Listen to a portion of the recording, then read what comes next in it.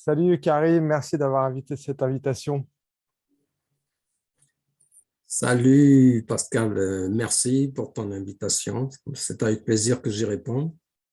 Ok, donc merci Karim. Alors Karim a un parcours assez atypique. Il a fait tellement de choses entre l'école d'archi, monter un commerce, directeur de comédie musicale, danseur, thérapeute, formateur, conférencier, auteur. Et oui, parce que dernièrement Karim a publié 2 livres, hein, si je ne me trompe pas. Quoi? Au-delà de tous ces accomplissements, parce qu'il y a une longue expérience d'indépendant derrière, comment tu te définirais aujourd'hui, Karim? Qui es-tu? Qui je suis? Je suis comme, comme chacune de nous, un être multiple, multifacette. Alors me définir, c'est pas évident. En tout cas, pour faire très très simple, je dirais que les trois casquettes prédominantes sont celles de thérapeute, celle de formateur et celle d'artiste. Voilà, et puis ben, formateur, ça intègre la dimension du pédagogue, hein, parce que je transmets aussi des approches de bien-être, de santé, de créativité qui se situent en complément ou en amont ou en post-thérapie, quoi. Merci, Voilà. Karim. Alors, je sais que tu as une longue expérience en tant qu'indépendant et je me demandais, avec ces 3 casquettes de thérapeute, d'artiste et de formateur, qu'est-ce qui te fait le plus vibrer dans cette vie d'indépendant? Oh, tout me fait vibrer, moi. Je suis un vibreur de la vie, hein. Donc, oui, il y a des situations d'accompagnement, que ce soit en thérapie ou en coaching, ou en formation, qui me font vibrer. Puis la dimension artistique, que ce soit dans la création ou que ce soit en étant sur scène avec une salle remplie qui vibre. J'ai connu la joie, l'intensité du standing ovation. Voilà, ce qui me fait vibrer, c'est aussi des retours de gens que j'accompagne, qui parfois, des années après, je reçois un coup de téléphone complètement inattendu de quelqu'un qui me fait part de sa gratitude de la rencontre que nous avons eue. Voilà, donc j'ai beaucoup de choses qui me font vibrer. Mm. Qu'est-ce qui t'anime profondément? Pourquoi tu fais tout ce que tu fais? Pourquoi tu t'es lancé dans la thérapie, la formation, l'artistique? Fondamentalement, je ne le sais pas.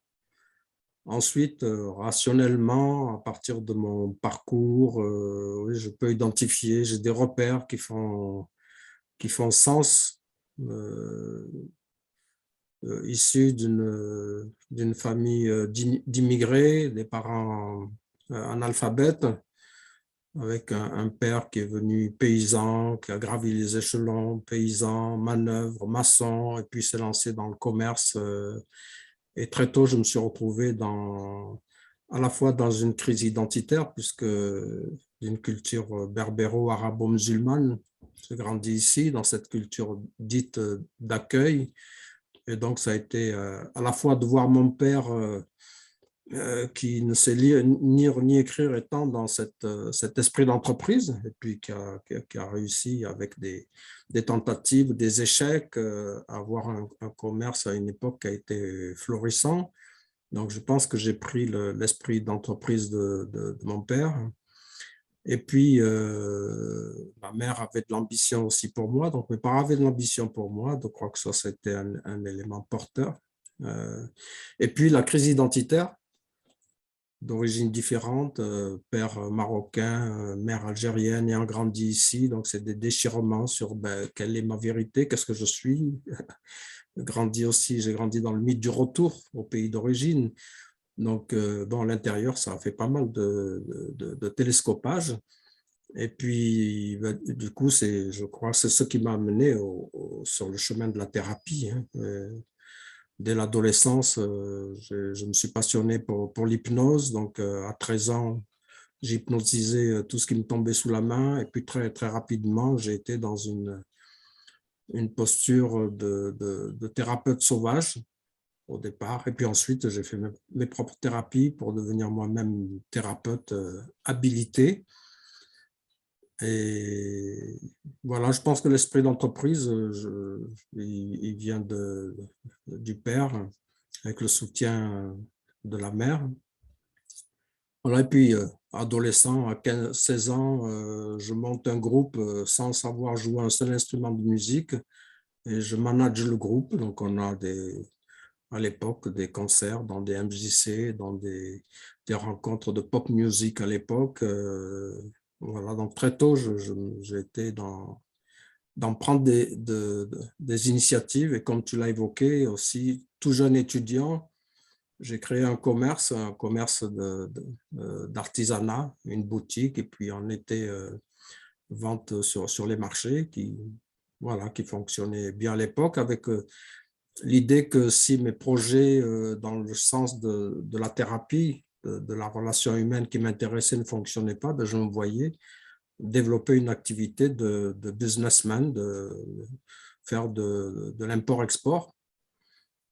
Et donc, j'ai fait mon université à Grenoble et puis ben là, j'ai été très tôt actif à mettre en place des événements, des conférences, des stages qui fonctionnaient bien. Donc, et tout naturellement, je me suis retrouvé à devenir, choisir le chemin du métier de thérapeute. En même temps, j'ai toujours été dans une pratique de bien-être, de santé, puisque très tôt, bon, ben, adolescent, j'ai l'hypnose, j'ai la sophrologie, j'ai les arts martiaux, le yoga, donc au niveau du corps, une pratique assez importante. Et puis, ça fait partie d'une quête importante qui se continue jusqu'à aujourd'hui. Pour essayer d'être concis. Hein. Bon. Je ne sais pas si je réponds bien à ta question. Mais... Si, la question c'était quel est le sens profond de ton action de thérapeute et oui, je pense que tu as quand même répondu. Le point commun, me semble-t-il, c'est la relation. C'est la relation, la relation humaine. Et quand je regarde mon parcours, une particularité, c'est de par à la fois initialement ma problématique de déchirement identitaire entre différentes origines. Ça a été pareil après dans mon parcours de formation en thérapie. J'ai fait des formations dans des approches très différentes, voire certaines contradictoires. Donc, j'ai vécu aussi sur le plan de l'identité professionnelle des moments aussi difficiles, de dire, bon, c'est quoi la vérité, c'est quoi ce qui est le meilleur. Et mon cheminement, c'est de faire que des disciplines différentes, des gens différents se rencontrent. Voilà, c'est une de mes caractéristiques, une de mes estampilles. Quand je regarde mon parcours et ce que l'environnement me renvoie, c'est que j'ai l'art de faire se rencontrer les différences. Alors ça, c'est un de mes plaisirs. Les différences, qu'elles soient humaines dans la diversité et qu'elles soient professionnelles aussi. J'organise des espaces parfois où des professionnels qui n'ont rien à voir ensemble se retrouvent ensemble et puis voilà, on découvre que finalement, il y a des choses qui nous relient tous et qui sont utiles et plus qu'appréciables. Merci pour ce partage, je te reconnais bien là. Effectivement, c'est vraiment ta signature, ça, de effectivement créer des espaces de connexion, de relations authentiques. Ouais, c'est clair. Karim, j'aimerais avoir ton regard de thérapeute et en même temps un témoignage personnel. Quelles sont les difficultés qu'on peut traverser quand on se lance comme ça dans le métier de thérapeute? Peut-être d'un point de vue personnel et puis d'un point de vue peut-être méta, il y a sûrement des choses que tu as identifiées, des peurs assez classiques. Bon, déjà, la difficulté, en tout cas dans les critères dans lesquels je me reconnais pour moi, pour être thérapeute, c'est déjà la difficulté existentielle et tout le travail de la thérapie personnelle qui va être enclenché. Donc, c'est déjà là, faire ce ménage à l'intérieur de soi. Il y a des moments qui sont très difficiles à vivre, des épreuves du feu à passer, à traverser. Et donc, il s'agit d'avoir suffisamment cheminé dans l'exploration intérieure, le traitement, pour sentir que c'est ça, c'est ma voie, c'est là que j'ai envie d'avancer dans ma vie. Donc, il s'agit à partir de là, sentir qu'il y a l'envie d'accompagner autrui, mais et la différence avec ceux qui ne font pas de thérapie personnelle, c'est de se projeter sur l'autre, vouloir aider les autres, sauver les autres, mais en même temps, sans s'en rendre compte, en cherchant à se traiter soi-même, sans s'en rendre compte, à travers cette action de vouloir aider ou soigner les autres. Là, moi, l'esprit, l'approche dans laquelle je suis, la philosophie dans laquelle je suis, c'est que je reconnais que si je fais ce travail, c'est parce que j'en ai besoin moi-même. J'ai besoin de me soigner moi-même. Donc, c'est en conscience et en faisant ce travail, je continue aussi à me soigner moi-même. Donc, je le pose, c'est clair et c'est net, et je suis attentif à ce que cette quête personnelle n'interfère pas sur le chemin de l'autre. Donc, il y a un travail de ménage, de clarification, de différenciation de soi, de l'autre, et surtout de permettre à l'autre de faire vraiment son chemin, qui est le sien, et non pas moi de projeter, d'amener l'autre à vouloir aller dans ce qui m'apparaît de bon pour elle ou pour lui. Donc, il y a ce ménage intérieur et sentir que voilà, c'est ça. Et puis à partir de là, bien sûr, il y a la formation ou les formations dans un cadre de préférence avec des vrais professionnels compétents, parce qu'aujourd'hui, on a plein de propositions de formation. Et ensuite, avoir suffisamment cheminé pour être reconnu par les maîtres, être reconnu, légitimé par les maîtres à exercer dans la discipline à laquelle je suis formé. Voilà, maintenant, j'ai vu des personnes qui sont reconnues et qui elles-mêmes ne se reconnaissent pas. Donc ensuite, n'osent pas ou à peine à rentrer dans cette posture de thérapeute. Ça peut être pour toute discipline, probablement. Hein. Et là, c'est probablement avec ce qu'on appelle le syndrome de l'imposteur qui va jouer. Alors, je suppose que c'est peut-être qu'un ménage intérieur qui n'est pas été suffisamment fait, qu'il y a des choses à régler et où peut-être que c'est pas sa place. Moi, entre autres, par exemple, j'ai fait pendant longtemps de la formation des infirmiers dans les écoles d'infirmiers.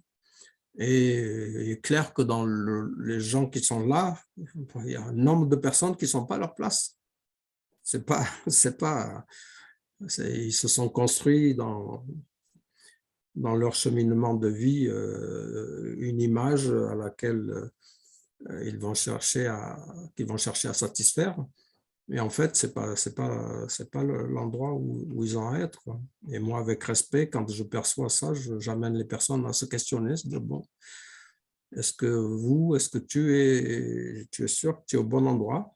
Parce que quand je vois comment tu réagis aux propositions, ça me fait poser la question de ta place, si tu es vraiment au bon endroit. Donc, il s'agit de vraiment sentir que je suis au bon endroit et en même temps, pour ma part en tout cas, pas me poser en tant que sauveur. Je vais sauver l'autre, je vais sauver le monde. Voilà.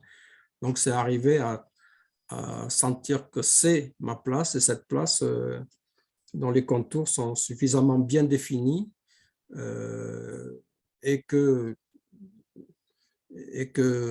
c'est sur cette voie que j'ai avancé, quoi, avec continuellement ensuite une démarche de quête intérieure personnelle et de clarification intérieure continuelle. Et ça veut dire un espace aussi de supervision ou de co-vision pour prendre toujours une position méta par rapport aux choses, aux situations qui sont vécues dans la pratique quotidienne.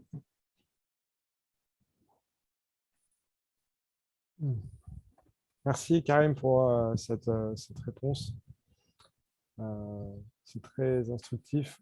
Du coup, je rebondissais sur ce que tu viens de terminer, sur comment on fait pour surmonter justement ces difficultés. Tu as déjà apporté un élément de réponse. Donc, surmonter ces difficultés, ça serait justement se former, trouver un espace de supervision, faire le ménage, entre guillemets, nettoyer ses lunettes, comme ça se dit parfois.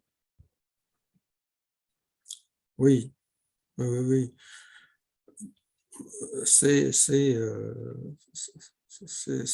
un choix, hein, donc surtout si on est indépendant, parce qu'on peut avoir un statut de psychologue ou de psychiatre, par exemple, et là, c'est relativement plus facile, surtout si on est déjà dans une institution, on va intégrer ça dans sa pratique et à partir de son statut. Mais sinon, fonctionner en indépendant, c'est une entreprise, c'est une micro-entreprise. Donc, il faut avoir l'esprit de se lancer en tant qu'indépendant. Là, c'est autre chose que être, tu connais la musique, être salarié avec tous les mois sa fiche de paye qui arrive sans qu'il y ait à soucier plus que ça de cette question. Donc, en indépendant, ben, c'est une autre dynamique intérieure. C'est un esprit particulier. Est-ce qu'il y aura encore d'autres difficultés pour se lancer en tant qu'indépendant, tu verrais par rapport Ben oui, la difficulté, c'est la peur de l'échec. C'est la peur de l'échec. Ouais. Et ça va inhiber, ça va freiner cet esprit d'entreprise, puisque la dynamique, c'est d'être polarisé sur... je me souviens, bon, j'associe librement, hein, une nuit, je roulais sur une autoroute à grande vitesse. À l'époque, il n'y avait pas les radars, il n'y avait pas les contraintes actuelles. Et puis, soudain, j'ai un sentiment d'inconfort, donc je me mets à ralentir. Je roulais très vite à l'époque, hein, j'étais facilement à 180 km/h tranquille. Je ne veux pas savoir. Et là, non, mais à l'époque, c'était légal, il n'y avait pas de problème, il n'y avait pas ces limitations. Et puis, je me mets à ralentir et je passe à peut-être 120, 130 km/h. Et dans une courbe de l'autoroute, il y a une voiture tout feu éteint qui est en travers de l'autoroute. Et là, il y avait juste un passage avec quelqu'un qui était assis dedans. Dans mes phares, je vois qu'il y a quelqu'un qui était immobile avec la voiture en travers, qui barrait l'autoroute là. Et donc, il y avait juste un petit passage entre la rambarde centrale de l'autoroute et l'avant de la voiture. Donc, j'ai freiné, la voiture est partie un peu à droite, à gauche, et je suis passé juste entre. Voilà. Et bon, ben, j'ai pu éviter la catastrophe. Si j'étais polarisé sur l'accident, sur la voiture qui est là au milieu, en général, nous allons nous retrouver à rentrer directement dans ce qui fait l'objet de notre peur. Hein. Donc là, c'est être centré et voir là où il y a le passage possible pour atteindre son objectif d'entreprise. Ça ne veut pas dire être dans la croyance absolue que je vais tout réussir. Non, ça veut dire être aussi avec les pieds sur terre, savoir évaluer les enjeux, à minima les risques, mais être centré sur vraiment atteindre mon objectif d'entreprise. Et avoir à l'esprit que l'échec est possible, que l'échec, ça fait partie du chemin. Et à ce moment-là, c'est être dans l'esprit que ben, si j'ai un échec, ben, j'ai à l'encaisser et surtout, j'ai à tirer les enseignements de cet échec. Voilà. À partir de là, c'est bon. Je peux rentrer dans l'entreprise et aux USA, aux États-Unis, semble-t-il, plus tu as eu d'échecs et plus tu es bon, quoi. Ça veut dire que tu sais rebondir, tu sais. Hein, je crois que c'est Mandela qui disait je ne connais pas l'échec, je ne connais que les enseignements. Moi, je suis plutôt dans cette couleur-là, dans cet esprit. Pour toi, la peur de réussir, c'est la même chose que la peur de l'échec ou... Ah, tout à fait. Ah oui, oui, oui, oui. D'ailleurs, oui, c'est la même chose. Voilà, la peur de réussir et la peur de l'échec se rejoignent. Sont comme le yin et le yang, ce sont des couleurs différentes, mais pour un résultat qui peut être qui est analogue au bout du compte. C'est comme je peux avoir la peur d'être rejeté, ouais, et ça c'est ma problématique. Mais en fait, en réalité, ça peut être aussi en fait la peur d'être accepté. Si je suis accepté, qu'est-ce qui se passe? C'est la panique. Si dans mon histoire, la dynamique m'amenait un autre rapport à la réalité aux autres, ma peur, c'est que l'autre dise oui et m'accepte. Et puis sinon, il y a aussi la dynamique de vraiment, ça c'est une de mes parties des éléments de mon histoire en tant qu'immigré, etc. C'est la peur du rejet, c'est une réalité. Voilà, tout ça, ça se joue quand on est dans l'entreprise.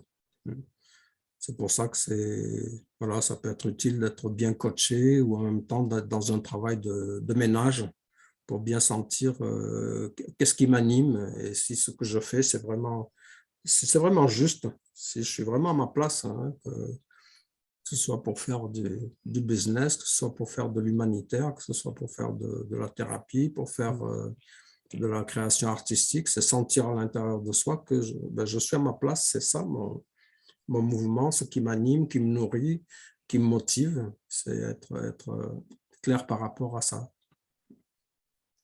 Et ouais, c'est un vrai questionnement. Hein. Je n'ose pas dire de tous les jours, mais c'est vrai que... C'est un questionnement continu qui a alimenté régulièrement. La grosse erreur, pour moi, c'est de se croire arrivé, quoi. Ouais, ça, c'est sûr. Là, là, pour le coup, il y a qu'une erreur, quoi.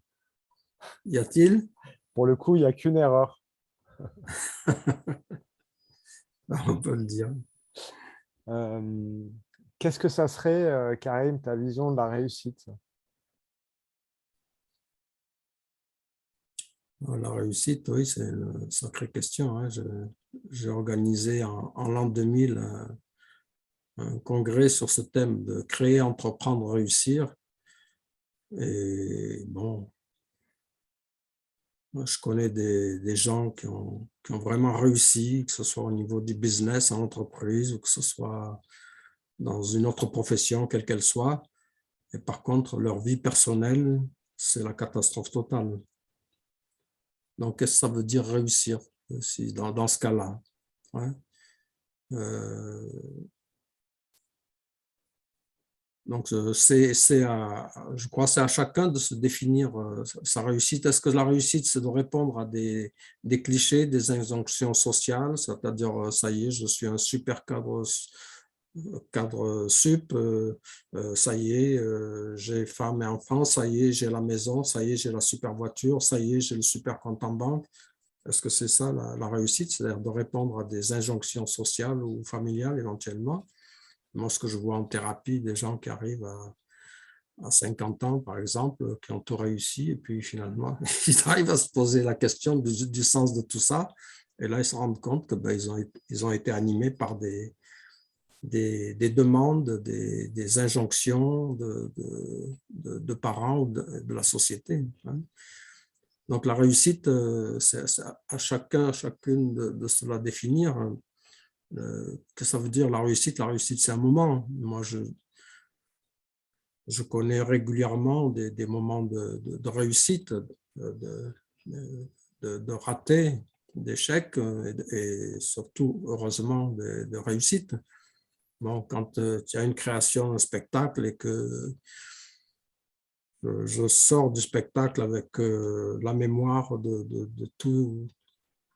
toute la richesse des émotions, des partages, des vibrations qui ont circulé, et avec les applaudissements intenses, bon, avec des articles de presse, des interviews qui disent, bon, bah oui, c'est une réussite. Euh, cette réussite, elle est dans un champ particulier. Et cette réussite, elle est aussi avec un travail dans les coulisses qui est énorme, quoi. La réussite, c'est aussi le fruit d'un travail continu. Voilà. Là, c'est une évaluation. Est-ce que c'est une réussite par rapport à la société, des clichés auxquels je réponds et que je satisfais, et je suis heureux, bien avec ça, je me dis, ça y est, j'ai réussi.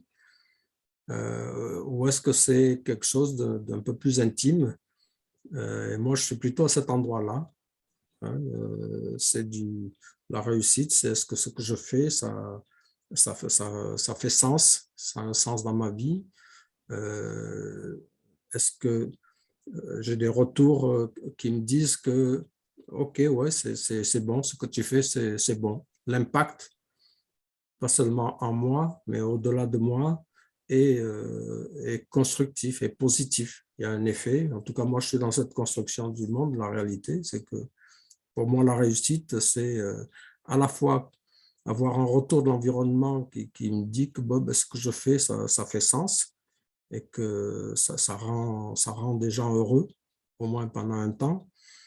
Et moi-même, que j'ai la sensation, le sentiment, la pensée que ce que je fais, ça fait sens et ça me nourrit. Ça me nourrit, ça me nourrit ma propre évolution.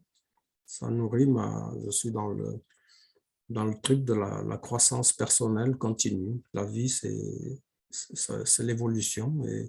Et tant que je sens que ça nourrit ma propre croissance personnelle, ben je suis dans quelque chose qui est dans l'ordre de la réussite. Mais cette réussite, elle passe par des tâtonnements, par des erreurs, par des plantouilles. Voilà, ça fait partie du jeu de la vie, quoi. Merci Karim pour cette réflexion, c'est vraiment passionnant. Si tu étais face à un jeune qui entreprend, et je sais que toi-même, ton fils a entrepris, donc tu t'es déjà trouvé dans cette posture en plus entre guillemets, de père, mais sans forcément être père, mais si tu étais face à un jeune qui entreprend, est-ce que tu aurais un conseil ou une question à lui donner? Le conseil, c'est sois bien en contact avec ce que tu ressens vraiment au plus profond de toi, dans tes tripes, et si tu sens que c'est ça que tu as à faire, tu le sens au plus profond de toi, eh bien, tu y vas et tu bosses, tu bosses, tu bosses, tu gardes le cap et tu y vas. Et puis, tu intègres que ben, peut-être que ça va être magique, et les choses vont rapidement se passer avec des résultats très satisfaisants, enthousiasmants, ou peut-être que ça va être une épreuve que tu dois avoir ramé pendant un temps, voire des années, pour avancer vers l'objectif que tu te seras précisé. Et c'est sentir que c'est juste pour toi, que tu es bien au bon endroit et que c'est cette direction que tu as à prendre, et à partir de là, ben, te mettre de l'huile de coude, de l'énergie, et à l'intérieur de toi, et dans la chose qui a à travailler, et dans la relation aux autres, dans la relation au monde, mobiliser à ce moment-là toutes les ressources pour avancer vers le développement de ton entreprise. Voilà. Ça, c'est le conseil fondamental. Et l'autre point important, en tout cas, dans ma philosophie, mon rapport à la vie, c'est, en tout cas, je peux mener une entreprise en étant dans ce qui domine dans le monde d'aujourd'hui, qui est le monde de la compétition, de la guerre économique, hein, et où ce doit être le plus fort qui l'emporte.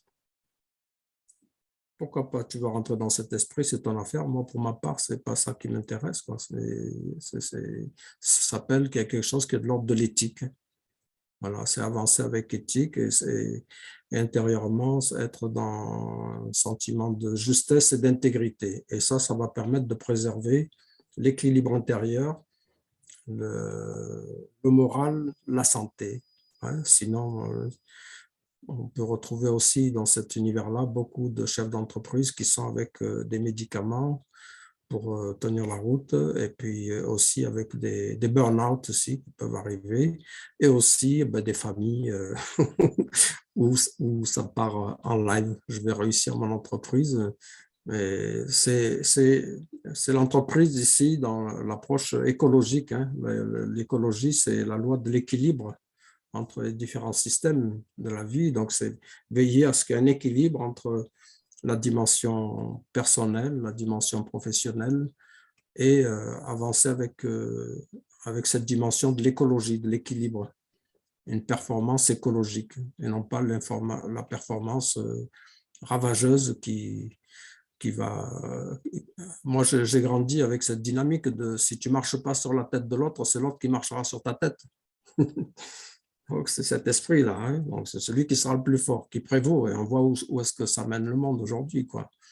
Donc là, c'est favoriser plutôt un esprit d'entreprise qui soit dans un mot à la mode, mais qui est, en tout cas au sens étymologique et scientifique, pour moi, est très important. C'est une écologie. Une écologie de l'esprit, une écologie du corps, une écologie de l'entreprise. Merci Karim, c'est très inspirant. D'ailleurs, j'en profite, je fais un petit clin d'œil. Je mettrai les liens vers les publications de Karim et notamment ses livres. Et il y a 2 livres, Invitation justement à travailler sur les biorhythmes, c'est-à-dire la manière on va dire, d'orchestrer sa journée, des pistes, de rituels pour prendre soin de soi. Et Bien en se tant réveiller chaque matin. Exactement. Et L'autre, ça c'est bien se réveiller chaque matin, le moment décisif pour équilibrer ses biorhythmes. Le suivant, c'est les hormones du bien-être, comment les stimuler naturellement dans notre corps. Ce sont des livres pratiques. Et puis, il y en a un qui vient de sortir là, depuis maintenant, là, depuis la mi-novembre, il a commencé à être diffusé, coécrit avec un collègue et ami professeur de psychologie à Nancy, Sid Abdelawi, et le livre s'appelle « Petit traité de communication à l'usage des gens responsables ». Voilà, donc c'est... voilà, donc je mettrai bien sûr les liens euh, dans l'entête en dessous de la vidéo. Voilà, ce sont des ouvrages avec une dominante pratique, à vérifier au quotidien personnel et professionnel. Je ne sais pas si tu entends l'hélicoptère, Karim. En ce moment, on est en Guadeloupe et il y a les barrages pas très loin. Et donc, il y a des hélicoptères qui passent régulièrement. Tu l'as Non, entendu, non? non, je n'ai pas entendu là. Ok. Oui, il y a l'ambiance en Guadeloupe en ce moment. Hein. Ouais, ça chauffe. Karim, j'aurais une autre question à te poser. Je sais qu'on a abordé ça il y a quelques temps. Quel est ton regard sur la fixation d'objectifs? Alors, oui, c'est une excellente question, surtout dans le champ du coaching. J'ai eu, il y a pas mal d'années, j'ai rencontré un pharmacien du Sud, et ce pharmacien a eu la visite d'un inspecteur de la sécurité sociale, et la communication justement entre eux a été très mauvaise et ça s'est fini en tension entre les deux. À un moment donné, l'inspecteur de la Sécu a posé la question au patron pharmacien, mais alors, quels sont vos objectifs en termes financiers, quoi, économiques? Et là, le pharmacien lui a répondu, je n'ai pas d'objectif. Et ça s'est terminé comme ça, ils se sont quittés avec des conditions de tension très désagréables. Et puis, je ne sais plus, peut-être 2 ou 3 mois après, l'inspecteur est revenu. Entre-temps, il est allé regarder les chiffres de l'entreprise et elle faisait le plus gros chiffre de la région. Alors, l'inspecteur est revenu et voit le pharmacien. Bon, la relation se passe plus tranquille, le temps a été passé. Et il lui dit, mais vous me dites que vous n'avez pas d'objectif et vous avez le meilleur chiffre là, de la région. Comment ça se fait? Et qu'a répondu le pharmacien? Il lui a dit, écoutez, moi, à tous les gens qui travaillent avec moi, je leur demande d'être à l'écoute. Je leur demande d'être à l'écoute les uns des autres. Je leur demande d'être à l'écoute des clients qui viennent dans la pharmacie. Voilà, ça c'est la valeur la plus importante. Je demande d'être à l'écoute. Voilà. Et bon, ben voilà, hein, rien que cette valeur de l'écoute ici mise en place, quand je l'avais rencontré, il avait une salariée qui était enceinte, elle était en arrêt, et bien 2-3 fois par semaine, elle venait dans la pharmacie pour les voir, simplement pour le plaisir de retrouver l'équipe et le patron. Donc, je peux fixer des objectifs, un objectif, mais là, on voit, ça m'a fait relativiser cette notion d'objectif. Bien sûr, c'est important de se poser des objectifs, ce sont des repères à l'horizon pour avancer, mais en même temps, il y a des conditions fondamentales, et c'est avant tout ces conditions qui vont être déterminantes pour que l'objectif soit réalisé. Donc oui, objectif, mais relativiser l'objectif. L'objectif, la réalité, ne serait-ce que moi en thérapie, je travaille avec l'objectif. Il y a l'objectif générique qui va être posé, et puis dans le cheminement, hop, il y a des objectifs jalons qui vont se poser. Et à ce moment-là, il ne faut pas rester fixé sur l'objectif initial générique. Non, il s'agit d'aller vers ce que la réalité amène et de là cheminer jusqu'à éventuellement atteindre cet objectif générique qui, en fait, au bout du compte, peut être réaménagé, remodifié en fonction des contraintes de l'environnement extérieur et intérieur. Hein. Tout ça, c'est en interaction. Et voilà, donc l'objectif est précieux en coaching, voire dans certaines formes de thérapie, mais en même temps, il n'est pas à prendre pour un absolu. Là, ça peut être une erreur de le prendre comme un absolu. Merci. Est-ce que dans la recherche de l'élément unique, souvent c'est quelque chose qui revient, il y a pas mal de personnes qui débutent, qui montent une entreprise, disent, bah oui, mais je voudrais faire quelque chose d'unique. Du coup, j'aimerais avoir ton regard là-dessus. Qu'est-ce que tu en penses de la recherche de l'élément unique? Est-ce que ça a un sens de chercher un élément unique extérieur à soi? Est-ce que l'élément unique, c'est soi? Voilà, ce questionnement, en fait, justement, sur la question de place, peut-être de chemin, de trouver sa place sur le chemin. Oui, la recherche de l'élément unique, c'est la recherche de sa propre unicité, en fait. Hein. Soi-même, nous sommes chacune singulier, unique. Et moi, il me semble que c'est de travailler dans le ressenti d'abord de ce qui est prêt à être connecté. Et c'est à partir de là qu'il y a une unicité quelque chose qui peut être original qui va émerger. Et l'unique, il va aussi jaillir par, là nous parlons avec la dimension rationnelle, intellectuelle, mais la chose unique, c'est quelque chose qui va émerger, qui dépasse la rationalité. Ça va être quelque chose de l'ordre de l'intuition, d'un insight qui fait que je vais mettre en mouvement ou mettre à jour quelque chose qui va avoir un caractère original et unique. C'est comme l'objectif. Si je me polarise sur chercher l'unique, en étant polarisé comme pour s'endormir, pour dire je veux dormir, ça va pas être évident de s'endormir. Et si je reste polarisé sur je veux trouver quelque chose de différent, d'unique, je reste polarisé là-dessus, ben, je mets toutes les chances pour passer à côté, quoi. Donc, c'est avancer avec focaliser, défocaliser, ouvrir, lâcher, travailler, partir en créativité, se sentir soi, sentir l'environnement et sentir sans nécessairement chercher absolument à être dans quelque chose d'unique. Ça devient de toute façon. Si je suis juste au bon endroit, dans la bonne dynamique intérieure, ce qui fait la singularité, l'originalité va se trouver, va émerger. Et pour le nombre de recherches scientifiques ou de découvertes aussi, hein, c'est souvent l'insight qui vient quand le chercheur lâche.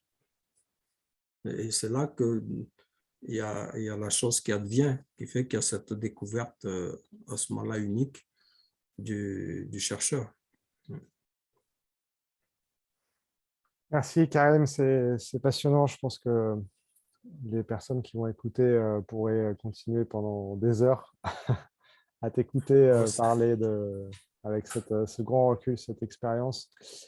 D'ailleurs, j'en profite si on a un jeune entrepreneur là, qui nous écoute ou une jeune entrepreneuse dans le domaine de la thérapie, mais peut-être dans un autre domaine. Est-ce que tu auras encore un mot à lui dire pour terminer? Moi, je dirais, écoute, le monde actuel peut être angoissant, peut faire peur. Tout l'environnement induit plutôt une dynamique de peur. Mais moi, je dirais, confiance. Voilà. Ouais. Restons dans l'énergie positive, dans l'entreprise. Si tu sens voilà, que c'est ton truc, c'est vers ça que tu as envie d'avancer, vas-y avec la possibilité de l'échec aussi. Et grâce à cet échec, nous avons appris à marcher en tombant. Hein. C'est en tombant que nous avons appris à marcher. Hein. Donc, il s'agit d'avancer avec l'esprit de l'entreprise et en intégrant la dynamique de l'erreur et de l'échec. Ouais. Et à partir de là, c'est all is possible, c'est ouvert. Et surtout, confiance. Voilà. Être dans une énergie positive. C'est ça le point important. Super, merci beaucoup Karim.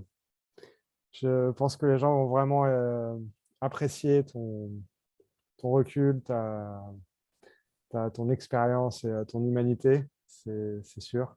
Et je mettrai les liens vers tes livres, vers tes activités. Je rappelle que Karim est un formateur, thérapeute et conférencier, qu'il a un institut de formation en Gestalt, mais pas seulement. Et je mettrai tous ces liens-là. En tout cas, un grand merci, Karim. Et, merci à toi, Pascal. Et puis, au plaisir. J'espère que la Guadeloupe sera bientôt accessible dans des conditions plus apaisées que pour la Guadeloupe. Les choses vont aussi bien évoluer. Voilà. Tout de bon pour vous là-bas en Guadeloupe. tout à Merci. fait, tout est juste. Merci, Karim. À bientôt.